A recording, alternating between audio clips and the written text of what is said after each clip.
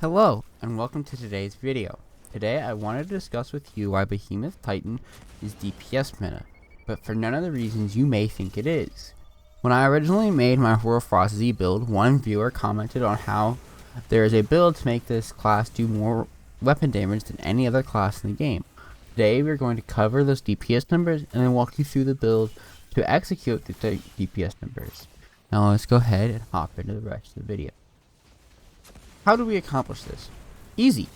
Stasis Titan is the only class in the game that requires no enemies near you to create stasis shards. Stasis shards can be turned into easy to use elemental wells. With these elemental wells, we can take advantage of both high energy fire and font of might, which both do stack together. However, you would not need high energy fire if you have a well. Instead, I would spec into a second copy of font of might to stretch out your total time that you have with font of might on your screen, which will apply the extra damage from Font of Might for longer. With both a well and Font of Might, you are looking at potential of 56.3% extra damage. This is without a debuff. You're looking at 56% more damage for no debuff. With the debuff, you're looking at 203.1% more damage on the target. This makes it so you can easily outdamage any sleeper user, because Sleeper has no good way of acquiring Font of Might. Unlike the Stasis subclasses, the Stasis Power and the Stasis Power weapons. Now that you know how strong it is, let's hop into the build. But before we do that, a note here, a build like this is really good in encounters where you can't sit in a well. In an encounter where you can apply your damage buff to yourself and keep moving. You can apply your damage buff and move on to the next thing. In an encounter like Rohulk, if you take this build in there, you could very easily out damage like some of the best Izzy swappers. Especially if you use your whole reserves, which is very easy to do.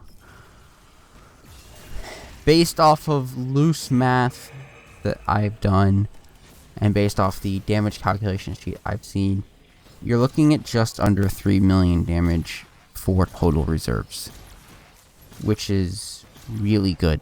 You're looking at 29 shots with no reserve because of triple tap, right?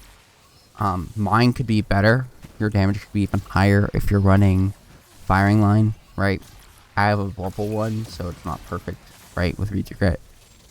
In fact, if you really want to be like super perfect about all of this, Izzy swaps with a rocket and using the stasis rocket technically would result in more damage.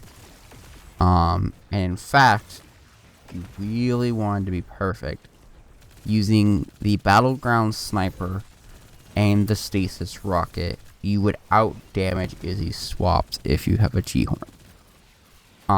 Because both weapons are getting the full buff, and you would only have to reload the sniper once before you could shoot off all of your rockets, which is really strong. Part of the problem with Izzy is you have to reload, and Izzy's reload takes a really long time. So technically you could out damage the rest of the normal damage meta. You could outdo if you executed it perfect. But that will be it for the beginning part here. We're going to head into the build now, so I can show off everything I'm using to really abuse these buffs and debuffs. Alright, let's head into the build portion of the video. Alright, first up, as always, we're going to go into the class. Class today is going to be on Behemoth, as I've already mentioned. Our barricade is going to be Rally Barricade. This is to give us the fastest cooldown total on our barricade. And then our grenade. If you are in a Nightfall setting, in a more dense ad clear encounter, I would run Dust Fields. That way you can take advantage of having some ad control with your build. However, if you are in like Hulk or even Caretaker, I would put on Glacier Grenades, because then You can use the Glacier Grenade on top of your barricade to create stasis shards for you. That way you can get more total uptime with the buffs. We are on Cryoclasm. This is going to allow us in a mobile encounter to slide through our stasis crystals, shatter them, and then the shards that we'll create from Tectonic Harvest, they will give us the buffs we have from Font of Might. For our fragments, we have Whisper of Chains. This way, when we're standing next to our barricade, or we throw down that Glacier Grenade and we're about to slide through it, we're going to have damage resistance while we do it. We're going to have Whisper of Durance, so that way when we are using dust fields or our barricade or our stasis crystals, all those things will last longer, which makes them more easily taken advantage of. And then lastly, this one's up to you. You can either run Whisper of Rending if you want to be able to use like a headstone weapon, then I would do that. If not, then I would use Whisper of Rhyme, give yourself some health and some overshield, especially in an encounter like Rahulk or even Master Rahulk. You can really take advantage of that overshield by sliding around, and it'll help keep you alive throughout the encounter. On to the rest of the build. First up is the helmet. Our helmet here is on solar. This is for a couple of reasons. Any kills we get with inside the grenade are going to give us super energy with SS. This is really handy and lets us produce a good amount of super energy for a pretty decent add clear super. Also, we have an elemental charge on for when we are on Font of Might. For when we are on high energy fire, if you're in a standstill encounter and you have a well, I would not run high energy fire because it's not doing anything for you. On to the gloves. The gloves are on stasis. This is for a couple reasons. The biggest reason is elemental time dilation.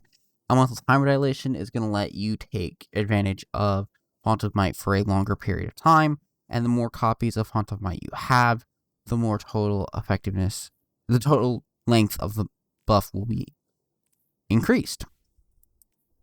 Onto our chest piece. Our chest piece is on Void today. The main purpose for this actually is two reasons. One, it lets you switch between Font of Might and High Energy Fire because both are neutral mods. And this season, with Thermal Shock Plating being in the game, you want your chest pieces to be on Void as often as possible. I could go ahead and masterwork this actually.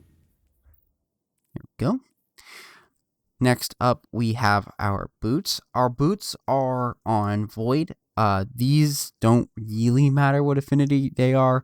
They just have a Font of Might on them. But if you want them to be on Solar to take advantage of recuperation, go ahead and do that. I simply have them on Void because these are my Void boots for another build, and so they're going to stay on Void for now. Lastly is our class item. Our class item has elemental shards. This will let us take any stasis shards we do create and have them be stasis elemental wells for us. And then also we're running double utility kickstart. This will help give us our barricade back at the same as tier 9 resilience while only running tier 7. That is it for the build. Couple things I'm going to recommend overall in the build. If you can run a stasis primary, do so. Stasis primary synergize really well here because you're going to be creating a good amount of stasis shards, and so when you're in a more add clear dense encounter, or if you want to use this build in most things, I would run a stasis primary with it.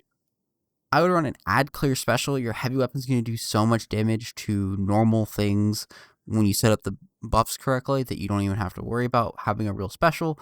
So an add clear special, something like Dead Messenger or even Explosive Personality, if you prefer like an exotic primary here, any of those work. Main thing to note is Reed's Regret and Palmera B are going to be two best options for heavy weapons with this build.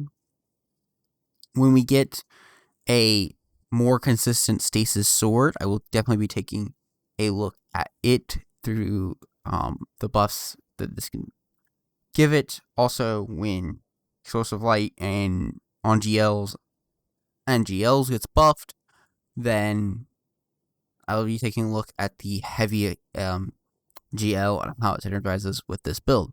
But the two biggest things with this build is the damage Reed's Regret can pump out because Rage Regret is a very easy to use single target damage weapon, and Palmera B because it with Izzy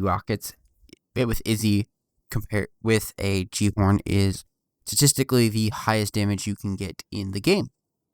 Alright, that's going to be it for the build. That will be all for the video. I hope everyone learned something about Behemoth Titan today and also enjoyed the video. If you enjoyed the video, please consider leaving a like on this video and subscribing to the channel for more videos just like this to come soon.